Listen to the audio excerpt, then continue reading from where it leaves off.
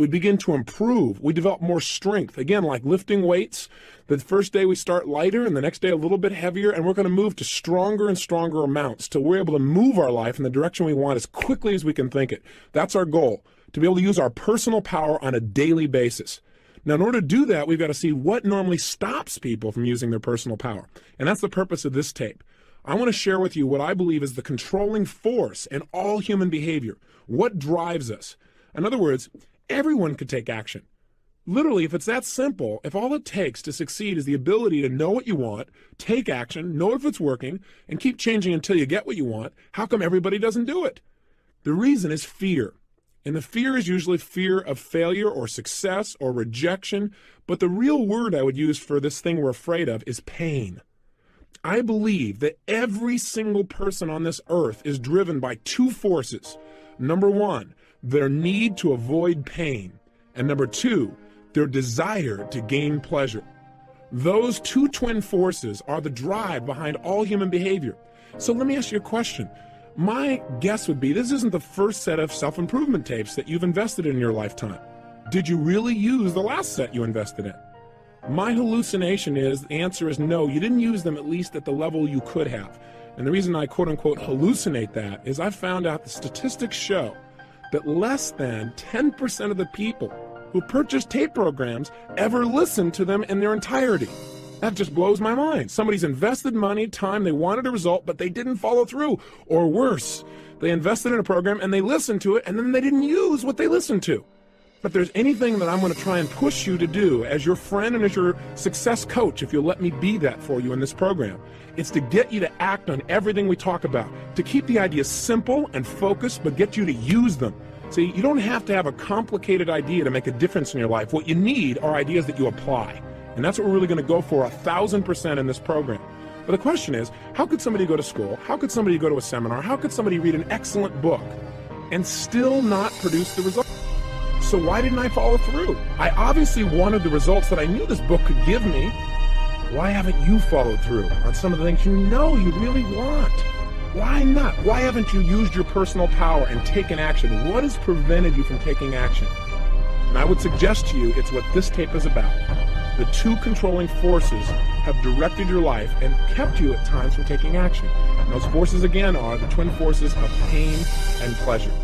Remember, everything we do in life, we do out of our need to avoid pain or a desire to gain pleasure. I'll give you an example. I don't know if you're a lady listening or a gentleman, but when I speak to audiences, I'll invariably ask the ladies in the audience, please raise your hand if you put on makeup today. Do you know that 90% of the audience will raise their hand? Many times 99%. Now, think about that. Why do they put on makeup each day, or why do you if you're a lady? Why? Is it because you wake up in the morning and say, look in the mirror and say, God, I love this process? I doubt it very seriously. Why you put it on is for one of two reasons. You put on the makeup because in your mind you say, you know, putting on makeup makes me feel more attractive. So what is that doing? Why are you taking action? To gain pleasure. Or you might say, well, gosh, when I put on makeup, people think I'm more attractive. They feel more attracted to me, which again makes you feel good. It makes you feel a pleasurable type of feeling. That's why you do it. Now, some people wake up in the morning, and that's not why they put on makeup. Some women wake up in the morning and they say, how come men don't have to do this? Right? But they still do it. Why? Because their brain says, well, if I don't put it on, somebody's going to say, what happened to your face? Right? And some people, of course, do it for a combination of the two. The point is, the only reason they put it on is to avoid pain and to gain pleasure. Some combination of those things. Hey, have you ever procrastinated? You say, what a dumb question. Of course. What is procrastination? It's the opposite of using your personal power. It's being immobilized. It's needing to do something and not following through. I call it the silent killer because it grows on you. It just kind of creeps along until pretty soon it's taking control of your life. Pretty soon you find yourself immobilized in a bunch of areas and you don't even realize it. You don't even notice all the freedom you've given up just because of procrastination. So what is it, though? Why do we procrastinate? Why do we not use our power, which is what we talked about in the first tape? Let's figure out what stops us. The reason is when we procrastinate, it's because we think that taking action, whatever action we're putting off, that taking that action would be more painful than doing nothing or not taking action. That's the bottom line. In other words, by not taking action, now, where else do they affect you? Well, let's take a look. Do you overeat? Some people say, well, I'm going to go on a diet. Yep, I'm just going to go out there and I'm going to starve myself and then I'm going to be real skinny. How often does that work? Now, I'd say slim and none. In fact, studies show that 95% of the people who go on a diet within 2 years have not only gained the weight back, but have also usually gained an additional 2 pounds beyond the weight they were on when they went on the diet in the first place.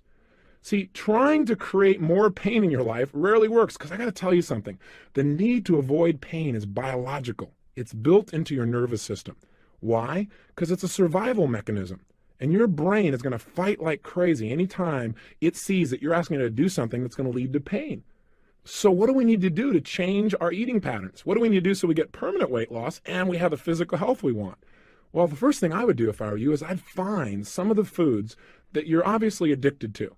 In other words, foods that you eat on a regular basis and you eat them in excess. Why do you eat them in excess? You go, well, because when I was growing up, these and these things happened to me. No, that's not true. There's only one reason you eat more food than you should, because it's pleasurable, because you like to eat that chocolate, because you think, good die of a chocolate, and you just go into a state where you got to have it. See, you associate deep, deep pleasure, and that's why you go for it. Now you say, yeah, but being fat is really painful. That's true. But the reason you ate the chocolate, because in that moment, what was more real to you? The pain of being fat or the pleasure of the chocolate? I would assume that it was the pleasure of the chocolate if you're overeating. So what we've got to do to make a change in our life is not go out and discipline ourselves, but to change what we link pleasure and what we link pain to.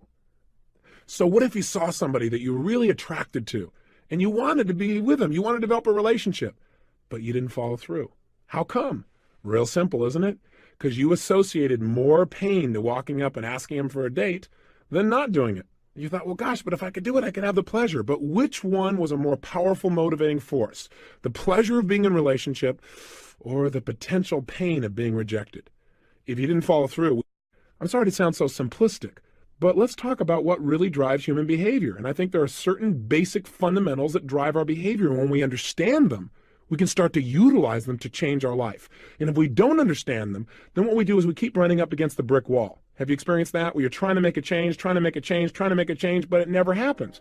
Why? Because your internal associations about pain and pleasure haven't changed. In other words, you keep thinking, if I do this, it's going to mean a ton of pain. And so you stop short. I mean, a classic example is in relationships. You know, a lot of people in life get this bug. They say, I want to be in a relationship. Why? Because they think being in a relationship would mean lots of what? Pleasure, love, happiness, security, being close, all those special feelings, spirituality, right? That feeling of oneness. Then they get in a relationship and they say, I don't want to be in a relationship, right? All of a sudden they begin to think relationship means pain, or worse. They think a relationship is the most incredible thing in the world. They love this person. They give 1,000% of themselves. They think about them constantly. And then as time goes by, something happens. And this person, let's say, leaves them or breaks up with them or smashes their heart. The challenge is this. Most people have not learned how to deal with it. Most of us don't consciously look at what we link pain and what we link pleasure to. And so our lives are in reaction instead of in control. So for example, let's say you had a great relationship, somebody you really loved, gave 100% as we started to talk about. And then all of a sudden, one day, something bad happens. They cheated on you, they left you, they lost interest, they were less motivated or attracted than you were. What happens for some people is they have this thing called pain at this moment. And what they link up in their mind is relationships equal pain.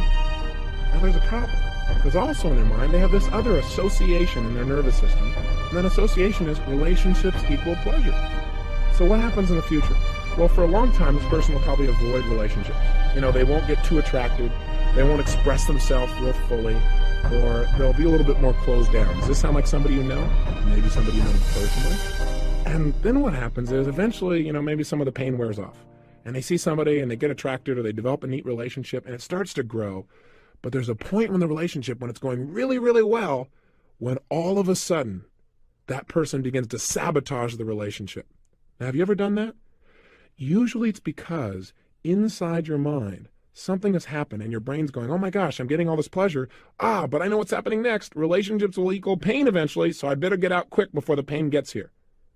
Now, I want you to realize that this idea of pain and pleasure doesn't just shape your emotional life or whether, for example, you smoke cigarettes or overeat or whatever the case may be, but it affects every aspect of your life, every aspect, big things and little things. Sometimes business people say to me, boy, this pain pleasure thing, this really affects my business, doesn't it? I said, affects your business. It's everything. I mean, it all comes down to people don't even buy the best product anymore. They buy the product they associate the most pleasure to and the least pain. All marketing is when you watch a commercial is them trying to get you to link pleasure to their product and pain to the competition. Management is understanding pain and pleasure. What drives somebody? Because if you want to motivate a human being, you got to find out what already motivates them. If you want to influence them, you got to find out what already influences them. What do they already link pain or pleasure to? I mean, I'll give you an example. I worked with a gentleman. He was one of the first people that I took on as a private client. Now I have a group of people that pay me between $1 and $4 million a year to personally coach them. They don't say that to impress you, but I don't impress upon you. These people will not pay that kind of money unless they get real results. And this man was the first client I took on, was a man who made $500 million in one day, one of the top financial traders in the world. That's pretty amazing. But then he went through this challenge. And the challenge was he couldn't get himself to make any money. For almost 9 straight months, he was losing money. And so he tried everything to turn things around. And pretty soon, as you might guess, he linked major pain to trading because every time he traded, he'd lose. His old identity was he was the best in the world. So he hired me to come in because he was at the point where he literally couldn't get himself to go into the office because going to the office equaled pain. I mean, can you imagine someone that good being that shut down in what I would call learned helplessness? And the man was really a genius. But his conditioning was taking over. So I came in and helped him to change this pain pleasure. I also helped him to evaluate and study him to find out what was he doing at his very best when he was the best in the world. What was he doing with his body, which we're going to teach you about, something called state and physiology in this program, the very things I did with him. What was he doing differently in the way he made decisions? How was he evaluating things? A lot of what this program teaches I did with him personally. And I began to turn him around. And most importantly, get him to link massive pleasure to trading along with making sure he was using the right principles. You can get all pumped up and excited and link pleasure and do the wrong thing. So by a combination of those aspects, within less than 12 months of coaching him, and I did this seeing him once a month and then talking to him about once a week on the phone and daily through faxes, he made more than $100 million, turned things completely around and developed momentum again. So I just want you to get, this is really important for you if you're in business, as well as important for you in your personal life. And also, it doesn't matter how tough things are. I dealt with a woman a couple of years ago who had 152 personalities, and she started splitting in the middle of my seminar. And in 45 minutes, I was able to help her to integrate herself. And the way I did that was by understanding the relationship of these 6 human needs, as well as the principle of pain and pleasure. So I want you to know, when you master this area of your life, you can change virtually anything. And you've got to master it around the area of learning. Things are changing so rapidly. The one skill you gotta have is the ability to learn rapidly. And you know what? When we're in school, we link massive pain to learning, most of us.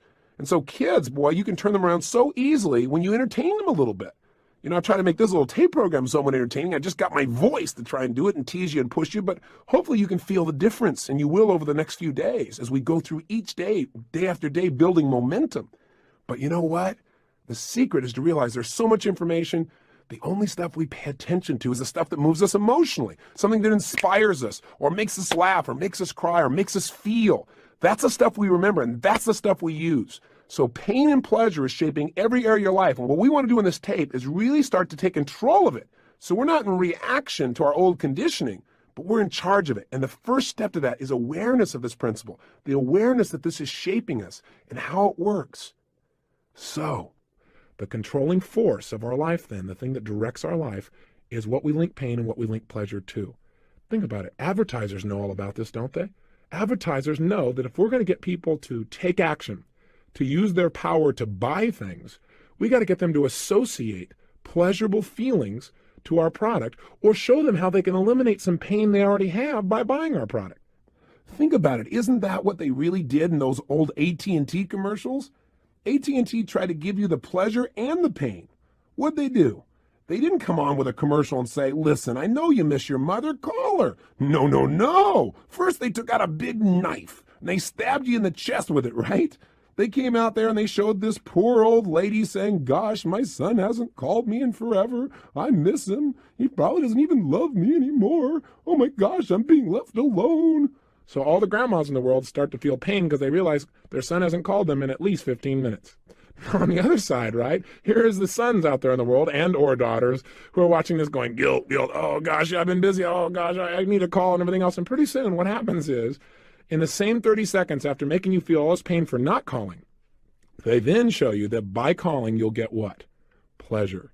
How does it work? In the same 30 or 60-second commercial, what happens is the son picks up the phone and calls mom, and she smiles. Oh my gosh, he does love me. And she smiles, and the music comes on behind it, and he's smiling, and there's an incredible bond and connection. You just feel your heart opening, and at the end of it, they say, don't let your family drift away. And what's happened? In 60 seconds, they've gotten you to link to their product, a way to avoid pain, plus they stirred up some of your pain, made you hurt a little more so you're more motivated, and simultaneously showing you how you can heal it and get pleasure just by picking up this little device that's nearby that they'll make money if you take action on it. Now, I'm not against it because I think it's a great tool, but I want you to realize it's a pain-pleasure commercial.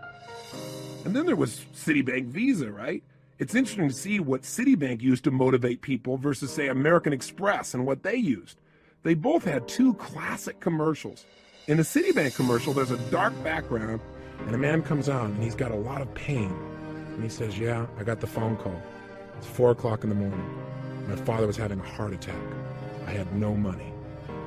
And all of a sudden it comes on, and the Citibank lady comes on with a smile and says, you know, we heard about his problem. And she said, we wanted to help. He called us. He told us what he needed the money for. We gave him the credit. Goes back to the man. Yeah, because of Citibank, I was there. I was there at my father's hospital bed, thanks to Citibank. People who care. Now, what's the implication here? Well, if you want to solve the pain in your life, just get a Citibank Visa, and they'll handle it. You need more money? Hey, just call. They'll handle it. They understand. Well, that's an interesting way of looking at things. So how can we use this understanding of the controlling force? How can we use the understanding that pain is a greater motivator than even pleasure?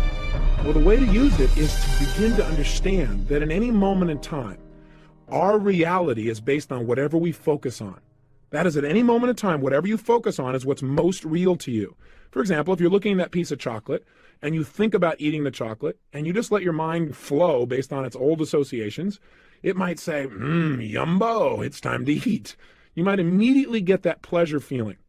And as long as you focus on the pleasure you're going to get, and that is your primary focus, and that's what's most real to you, then you're going to be drawn towards the chocolate.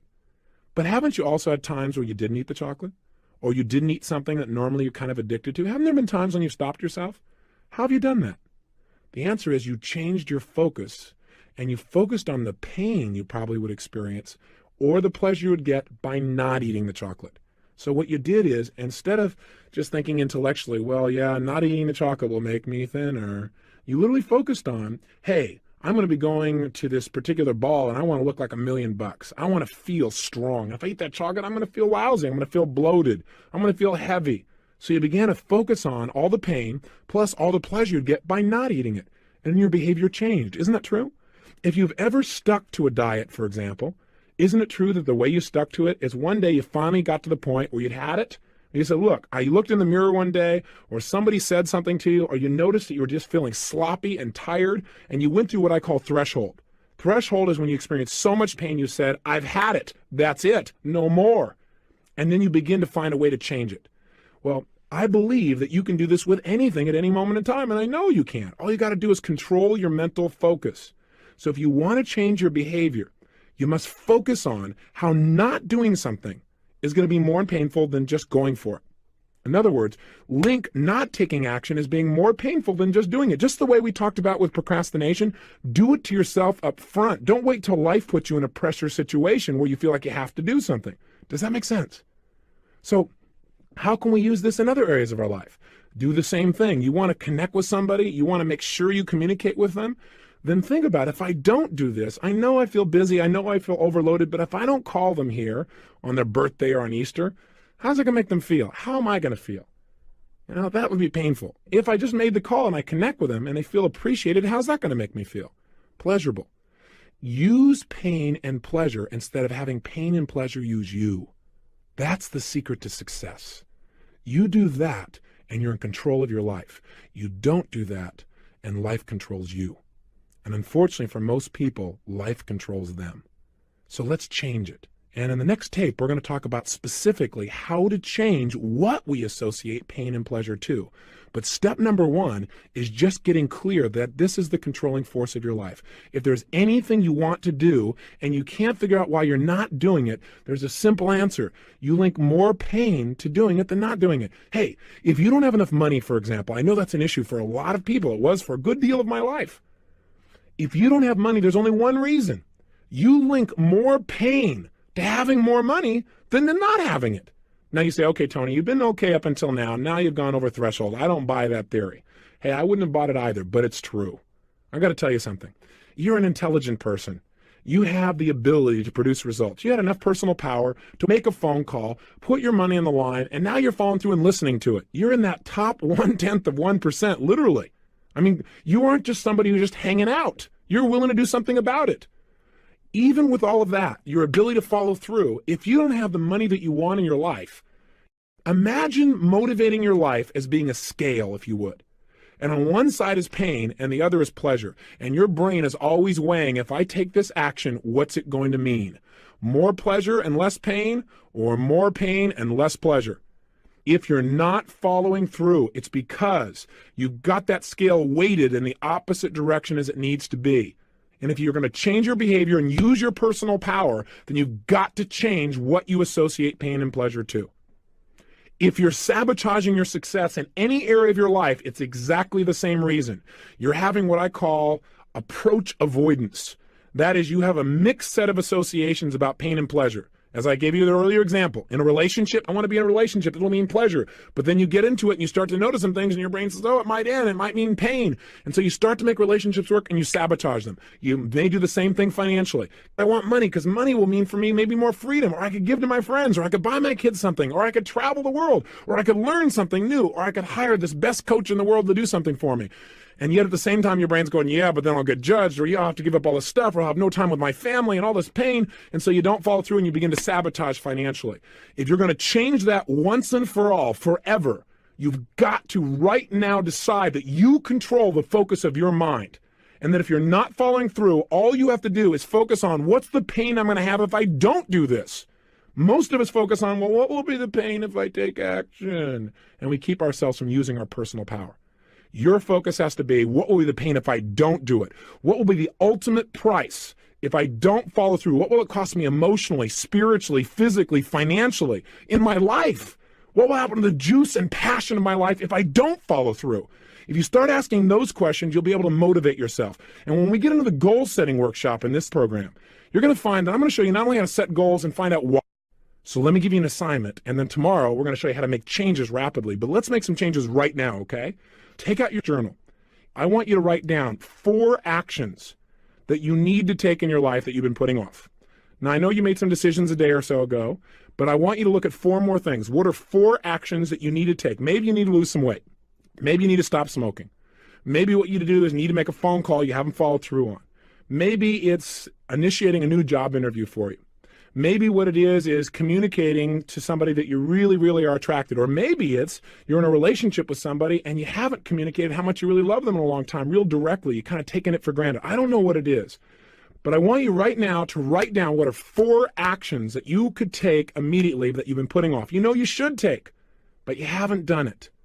Again, make these 4 different than the ones you already did yesterday. Don't go, oh, I did 2 of them yesterday, so that means I'll have to do 2 more today. No, remember I said each day we're going to do a little more? We're going to increase the weights. We're going to develop more muscle, more will, more power. That's what we're doing right now. So you're going to write down 4 new actions, right? 4 simple actions that you're going to take. And then what I want you to do is I want you to be honest with yourself. I want you to write down under each action that you've not taken that you know you should. I want you to write down what is the pain that you associate that's kept you from taking action in the past. Let's just get clear. Because I guarantee you that if you've not taken action, it's because you associated more pain to taking action than not. Okay, you've heard that about 19 times, but you're going to hear it again and again until you start to use it. You know, I once heard a story about this great minister, and people came to his church, and they listened to him, give this great sermon. And it was a phenomenal sermon. And then they came back the next week, and he got up and gave the same sermon. And the third week, it was the same sermon. And after about 5 sermons in a row of the exact same sermon, a couple of the elders in the church decided to pull the minister aside and see if he was okay. And they said, sir, don't know quite how to communicate this to you, but are you aware that some of what you've been saying has been pretty much identical? as to what you said last week and the week before and the week before. And the minister just smiled very calmly. He said, oh, I'm glad you noticed. He said, well, why are you doing that? He said, I'm going to keep doing this sermon until you guys start applying it. So if I sound like I'm giving a sermon that sounds like the same one, it is. We're going to make sure you apply it and make sure you embed it. So 1, write down the 4 actions. 2, make sure you write down what is the pain that you've associated with doing this in the past, and just be honest with yourself. And if you say, Tony, I have no pain associated to it, well then think a little stronger. Maybe the pain is simple. Maybe it's like, well, the pain of taking the time. It'd be more painful to take the time to do it than other things you're really more caught up in and that you think will give you more pleasure. But write it down. 3rd step, I want you to write down all the pleasure you've gotten by not following through. Because sometimes by not following through, it's giving you pleasure too. You go, well, I don't understand. Well, let's say, for example, you think you should lose some weight. And that specifically, in order to get that done, one of the actions you should take is to stop eating mass quantities of chocolate or sugar or cake or whatever it is, okay? Now, why haven't you done that? Well, answer number 1, because you associate pain to dieting. In fact, what are the first 3 letters in the word diet? That ought to give you a clue why most people want to avoid it. They feel like they're dying. The bottom line is that's kind of painful. So what have you done? You've associated taking something away. Loss equals pain for most of us. If we feel like we're losing something or giving something up, we feel like losing weight, it's going to be painful. So you go, well, gosh, I would be taking something away. I would be taking away things I used to have pleasure eating. So that's pain. What are all the pains that you would associate? Step 3, what's the pleasure you get by still eating? Well, you get the pleasure of eating chocolate. You get that momentary feeling inside. So that's step number 3. Step number 4, I want you to write down the opposite. What do I mean by that? What I mean is I want you to write down what it will cost you if you don't change.